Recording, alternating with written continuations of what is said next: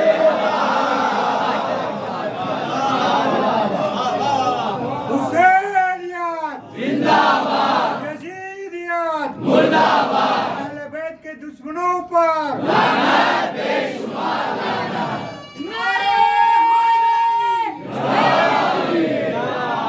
مگر چلا جا, چلے نا, نہیں جا سکتا. کیوں؟ دیکھیے میں بہت واضح کرتا ہوں, پھر بات کرتے نام سے. دیکھیے اہل بیت علیہ السلام کے صدقے میں بالوں پر مل جاتے ہیں, لیکن اگر کسی سے اہل بیت چھین لیں تو پھر اس کے بعد دنیا میں کون سا در بچتا ہے؟ آپ کہیں گے اللہ کا در بچتا ہے. اما اللہ کا در کیسے بچ جاتا ہے؟ اس لیے کہ اہل بیت نے ہی تو سمجھایا ہے کہ اللہ ہے. آپ کو کیا پتا تھا کہ اللہ ہے؟ آپ کو پتا تھا کہ اللہ ہے؟ اللہ خود کہہ رہا ہے کہ جب میں نے اپنی پہچان کرانا چاہا تب محمد اور آل محمد کو پیدا کیا ہے. اب آپ کہیں گے آپ نے آل محمد بیچ میں لگا دیا. اما میں کیا کروں؟ حدیثیں ہی ویسی بتا رہی ہیں کہ اللہ نے سب سے پہلے نور محمد کو خلق کیا, اور اسی نور سے جو ہے وہ اللہ نے علی کو خلق کیا, حسن کو, حسین کو, صدیقہ طاہرہ کو. وہی تو نور تھا.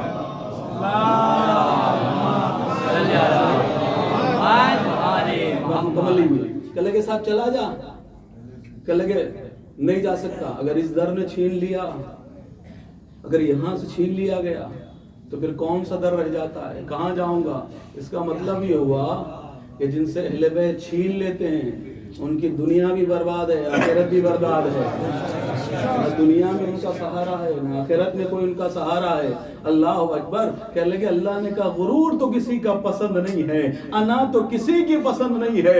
اللہ کہتا ہے انا کسی کی پسند نہیں کروں گا. اب جملہ سنیے, پتھروں نے غرور کیا, لوہے کو بنایا, لوہے نے غرور کیا, آگ کو بنایا, آگ نے غرور کیا, پانی کو بنایا, پانی نے غرور کیا, بادلوں کو بنایا, بادلوں نے غرور کیا, اللہ نے ہواؤں کو بنایا, ہواؤں نے غرور کیا, فرشتے کو بنایا, فرشتے نے غرور کیا, ملک الموت کو بنایا, ملک الموت نے غرور کیا, اللہ نے دہلیز سیدہ کو بنا دیا. میں نے کائنات میں دیکھا اللہ نے کسی کے غرور کو پسند نہیں کیا. 60,000 سال تک عبادت کرتا رہا لیکن غرور کیا تھا. اللہ نے کہا انکا رجیم, نکل جا, مردود ہے, میری بارگاہ سے نکل جا باہر. شیطان کو نکال دیا نا اللہ نے. کیوں؟ کہ اللہ کے غرور کر رہا تھا, تکبر کر رہا تھا, اپنی عبادتوں پہ اکڑ رہا تھا. اب بہت توجہ چاہتا ہوں. بس عزیزو کائنات میں نے ایک ہی ذات دیکھی کہ جس کی انا پر قدرت کو بھی جھومتا ہوا دیکھا, اور وہ کوئی اور ذات نہیں تھی, بس ایک ذات تھی کہ جو منبر پہ کہہ رہی تھی انا وجہ اللہ, انا عین اللہ, انا اذن اللہ, انا لسان اللہ, انا ید اللہ, انا نفس اللہ, انا جنب اللہ, انا نفس رسول اللہ.